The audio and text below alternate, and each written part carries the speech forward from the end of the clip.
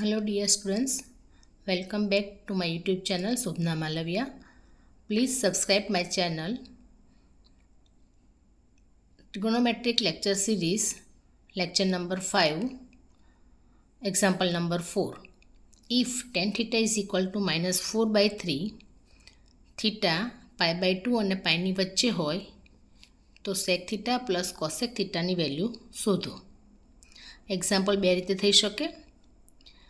First તો આપણે જે આઈડેન્ટિટી જાણીએ છીએ sin square theta plus cos square theta is equal to 1, sec square theta minus tan square theta is equal to 1 અને cosec square theta minus cot square theta is equal to 1.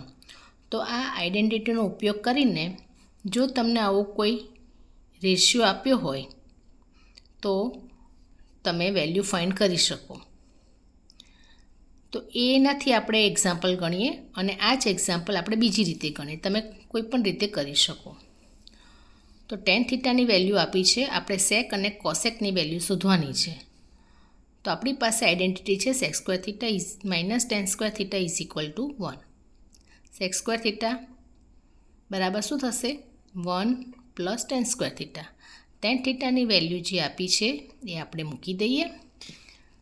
4નો square 16, 3નો square 9, માઇનસનો square plus થઈ જશે. 9 LCM લઈશું. 9 plus 60 અપન 9, સો 25 upon 9. તો sec theta plus or minus 5 upon 3 થશે. પણ theta આપણને પાઈ બાય 2 અને પાઈની વચ્ચે કીધું છે. તો પાઈ બાય 2 અને પાઈની વચ્ચે સેક થીટાની વેલ્યુ પોઝિટિવ થશે. સેક થીટાની વેલ્યુ નેગેટિવ થશે.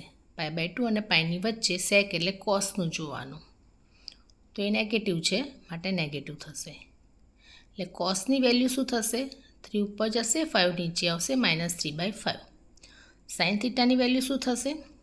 સાઇન થીટા પણ cos theta into cos theta એવું લખી શકાય. આ કોસ ઉડી જાય એટલે સાઇન આવી જાય. અને આના જગ્યાએ તમે ટેન થીટા લખી શકો. ટેન થીટાની વેલ્યુ -4/3 આપણને આપેલ છે.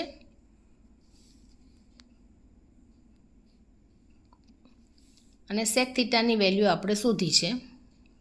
એના ઉપરથી કોસ થીટાની વેલ્યુ શોધી છે, આપણે લખી નાખીએ. તો આન્સર આવશે 4/5. એટલે કોસેક થીટાની વેલ્યુ શું થશે? આ 4 ઉપર જશે, 5 નીચે આવશે. 5 ઉપર જશે, 4 નીચે આવશે. એટલે sec theta plus cosec theta -5/3 plus -5/4. 12 LCM લઈશું. 4 વડે મલ્ટીપ્લાય થશે તો -20, 3 વડે મલ્ટીપ્લાય થશે +15, -5/12. આ એક રીત થઈ. બીજી રીત કેવી રીતે થશે? ટેન થીટા બરાબર -4/3 આપેલા છે. આપણે સેક થીટા પ્લસ કોસેક થીટાની વેલ્યુ શોધવાની છે. તો આ માઇનસ નિશાની કાં તો ઉપર અપાશે, -4/3 લખાય, અથવા તો 4/-3 લખાય. થીટા આપણો પાઈ બાય 2 અને પાઈની વચ્ચે છે એટલે કોસ નેગેટિવ છે અને સાઇન પોઝિટિવ છે.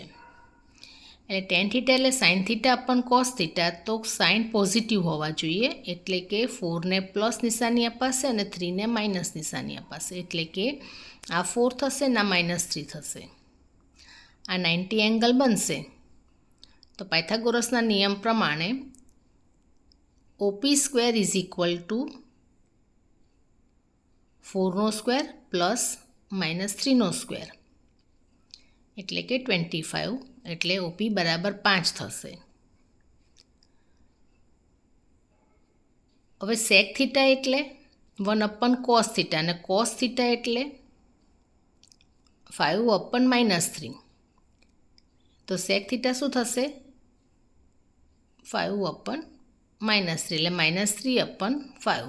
તો સેક થીટાની વેલ્યુ થશે 5/-3. કોસની વેલ્યુ પાસેની બાજુ ભાગ્યા કર્ણ, -3/5. તો સેકની 5/-3. કોસેકની વેલ્યુ થશે 1/sin અને સાઇનની વેલ્યુ થશે સામેની બાજુ ભાગ્યા કર્ણ એટલે 4/5. તો કોસેકની વેલ્યુ થશે 5/4.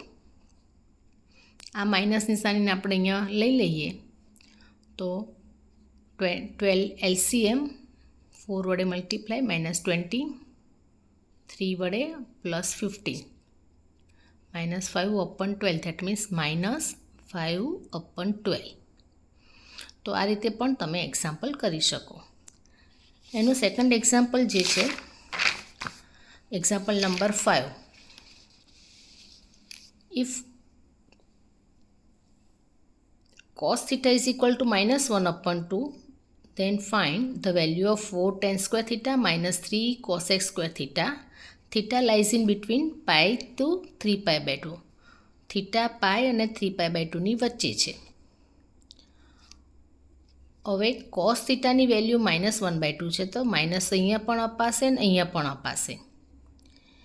પણ એક્સ એક્સિસ જે છે એ કોસ આપે છે એટલે કે એ માઇનસ છે. એનો અર્થ કે 1 ને મારે માઇનસ નિશાની આપવી પડશે અને 2 રેડિયસ છે. અહીંયા તમે સર્કલ ડ્રો કરો રેડિયસનો તો રેડિયસ પોઝિટિવ જ હોય એટલે 2 પોઝિટિવ થશે અને આ -1 થશે. હવે અહીંયા પાયથાગોરસના નિયમ પ્રમાણે આ બાજુ શોધવી હોય તો મારે 2ના સ્ક્વેર માઇનસ -1ના સ્ક્વેર બાદ કરવું પડે એટલે કે 4 - 1 3. તો PA બરાબર એટલે આટલેથી આટલું ડિસ્ટન્સ PA એ ±√3 થાય. હવે થર્ડ ક્વાડ્રન્ટમાં y જે છે સાઇન છે નેગેટિવ છે એનો અર્થ કે આ ડિસ્ટન્સ -√3 છે. 4 tan square theta minus 3 cosec square theta is equal to 4 tan theta whole square minus 3 cosec theta whole square. હવે tan theta એટલે sin theta upon cos theta. sin theta એટલે થીટાની સામેની બાજુ ભાગ્યા કર્ણ એટલે કે tan theta એટલે સામેની બાજુ ભાગ્યા પાસેની બાજુ એટલે કે -√3 upon -1 એનો સ્ક્વેર. અને cosec theta એટલે 1 / sin theta અને sin theta એટલે સામેની બાજુ ભાગ્યા કર્ણ એટલે કે -√3 upon 2 પણ લખાશે cosec એટલે 2 upon -√3 નો સ્ક્વેર. સાદુરૂપ આપી દઈએ 3 4 upon 3 આ 3 ઉડી જશે 12 - 4 એટલે 8. Same example number 6. તમને cot થીટાની વેલ્યુ આપી છે -4/3 અને બાકીના ટ્રિગોનોમેટ્રિક રેશિયો શોધો. ટોટલ 6 ટ્રિગોનોમેટ્રિક રેશિયો છે tan theta sin theta cos theta cosec theta અને sec થીટા. એમાંથી એક ટ્રિગોનોમેટ્રિકનો રેશિયોની વેલ્યુ આપી છે કે cot થીટા બરાબર -4/3. તો એક માઇનસ ઉપર પણ અપાય ને નીચે પણ અપાય પણ થીટા આપણને π/2 થી પાઈની વચ્ચે કીધું છે એનો અર્થ કે cot એટલે cos upon sin એટલે ત્યાં cos માઇનસ છે અને sin પ્લસ છે એટલે અહીંયા -4 આવશે અને ઉપર અહીંયા 3 આવશે એટલે આ જે માઇનસ નિશાની છે એ ઉપર અપાશે -4/3 એવું છે -4 અને 3. બાકીની જે સાઈડ શોધવી હોય તો મારે અહીંયા 90 ડિગ્રી પડશે. પાયથાગોરસના નિયમ પ્રમાણે OP² બરાબર PA² પ્લસ AO² એટલે કે -4નો સ્ક્વેર પ્લસ 3નો સ્ક્વેર 16 + 9 એ 25. OP બરાબર 5 આ રેડિયસ એટલે પોઝિટિવ જ લેવાનો. તો બાકીના રેશિયો શોધે તો cot થીટાની વેલ્યુ -4/3 કીધી છે તો tan થીટાની વેલ્યુ આના કરતાં ઉલટી થઈ જાય ઉપર 3 આવે ને નીચે 4 આવી જાય. sin થીટા એટલે થીટાની સામેની બાજુ ભાગ્યા કર્ણ એટલે 3/5 થાય. હવે sin થીટાની વેલ્યુ 3/5 હોય તો cosec થીટાની વેલ્યુ આના કરતાં ઉલટી થઈ જશે એટલે કે 5/3 થશે. cos થીટાની વેલ્યુ -4/5 થાય પાસેની બાજુ ભાગ્યા કર્ણ એટલે -4/5 થાય. તો સેકની વેલ્યુ 5 ઉપર જશે 4 નીચે આવશે 5/4. સો એક્ઝામ્પલ નંબર 4, 5, 6. Thank you.